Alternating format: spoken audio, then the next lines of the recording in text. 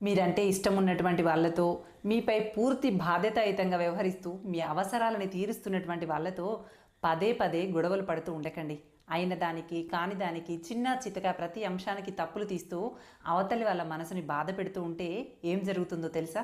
వాళ్ళకి మీరు కావాలి అనుకున్నంత వరకు మాత్రమే వాదించడమైనా చేస్తారు, అలగడమైనా చేస్తారు, కోపడమైనా చేస్తారు, ఎదురు తిరిగి అడగటమైనా చేస్తారు. ఒక్కసారి కనుక వాళ్ళు మిమ్మల్ని వద్దు అనుకున్నారే అంటే ఇవేమీ ఇక అవసరం ఉండవు. మీతో వాదించటం కానీ, మీపై అలగటం కానీ, మిమ్మల్ని ఎదురు తిరిగి ప్రశ్నించటం కానీ చేయకుండా వాళ్ళ పనులేవో వాళ్ళు చేసుకుంటూ ఉంటారు.